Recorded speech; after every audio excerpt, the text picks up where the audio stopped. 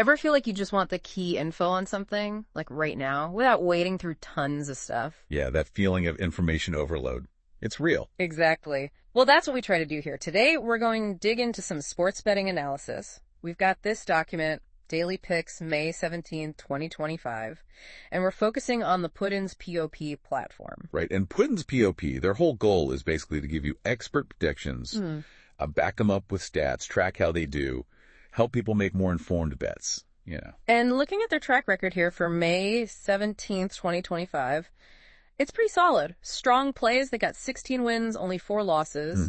Good plays are 11 and 8. Overall, 27 wins, 12 losses, and they're up 7.1% on the bankroll. So, definitely seeing some success there. Yeah, not bad at all. So our mission for this deep dive, let's unpack the thinking behind, say, 2 of these specific picks. See what we can learn about how these informed decisions actually get made. Sounds good. Let's start with one they call a strong play. It's the Diamondbacks' money line against the Rockies. The odds are together 325. Okay, negative 325, so they're heavy favorites. Money line just means betting on who wins outright, yeah. Exactly. And they've pegged this with an 80% probability and a 95 out of 100 confidence score. That's really high confidence. Wow, okay.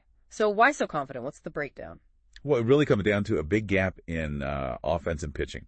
The D-backs, their offense is scoring a lot, 5.1 runs per game, that's 5th best. And their weighted on-base average, WOBA, is .342, which is 6th. They just get guys on base and score. Okay, strong hitting and pitching. Pretty reliable there, too. Their starter, Zach Gallen, has solid underlying numbers.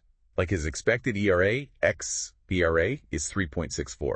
That suggests he's actually pitching quite well, maybe even better than his regular ERA shows. Got it. So Diamondbacks look strong on both sides. Yeah. What about the Rockies? That's where the contrast is stark. The Rockies' offense is, struggling.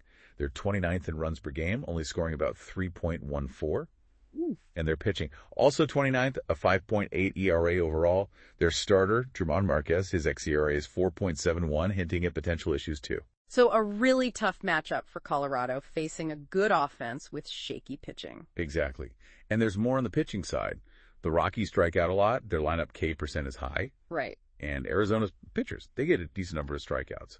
So you expect Arizona's pitching to really exploit that weakness, limit chances. Makes sense. Any park factors or anything? Yeah, good point.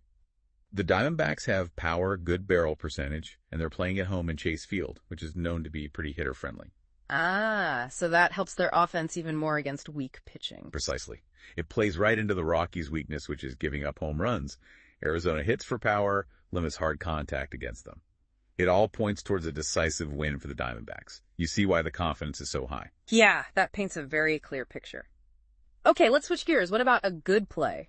This one's the Astros money line at plus 120 against the Rangers, so Astros are the underdogs here. Right, plus 120 means you get better than even money if they win. This one's labeled good, not strong. Probability is 55%, but the confidence is still pretty high at 80 out of 100. The angle here is different. It's about value. Value. Okay, so what's the rationale? Why are they a good bet, even as underdogs? It really hinges on the Astros pitching. It's elite. Yeah. Like second best team ERA in the league at 3.35. And their expected WOBA allowed what they should be allowing based on contact quality is 4th best. Wow, okay. And get this, their bullpen. Ranked number 1 by batting practice ERA, BPEERA. So their relief pitching is incredibly strong, too. So the pitching is just lights out, basically. How does that stack up against the Rangers? Well, the Rangers' offense isn't exactly tearing it up either. They're 26th in runs per game. So Astros' great pitching versus a below-average offense. Seems favorable. What about the starting pitchers specifically? Another edge for Houston, arguably. Astros' Ronel Blanco has a really strong 2.83 expected ERA. The Rangers' Tyler Mahle is solid, 3.35 by ERA, but Blanco's underlying numbers look a bit better. Okay, so Astros have the pitching advantage, starter and bullpen, against a weaker offense. But they are underdogs, so their own offense must be a concern. Yeah, the Astros' offense is actually below average right now. But the thinking is their dominant pitching can basically shut down the Rangers, especially in Globe Life Field, which is more of a neutral park, not extremely hitter-friendly. It should stifle the Rangers' power. So the bet is that the Astros' elite pitching gives them a better shot to win than the plus 120 odds imply. It's about finding that pricing inefficiency. Exactly. That's the core of a value bet. The Diamondbacks pick was about a clear mismatch. This Astros pick is about identifying a strength of their pitching that the betting market might be undervaluing.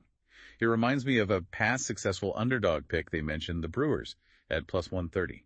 Same kind of logic. That really clarifies the difference between those strong and good play types. One's high probability, the other's focused on getting good odds relative to the actual chance. Precisely. It's about analyzing those strengths, weaknesses, stats, and then comparing that to the odds offered. So wrapping this up, we've looked at how detailed analysis drives these picks. But thinking bigger, for you listening, these ideas, breaking things down, looking at probability, searching for value, they apply way beyond sports, don't they? Oh, absolutely. That's the really interesting takeaway, I think. How can you use this kind of analytical approach in other parts of your life? Right, like in your career, or maybe managing finances, or even just everyday choices. Yeah. Think about it. Breaking down a problem, looking at the likely outcomes, seeing where the real value or risk lies. It's all about making more informed decisions by understanding the factors at play, not just going on gut feeling. Something to definitely mull over.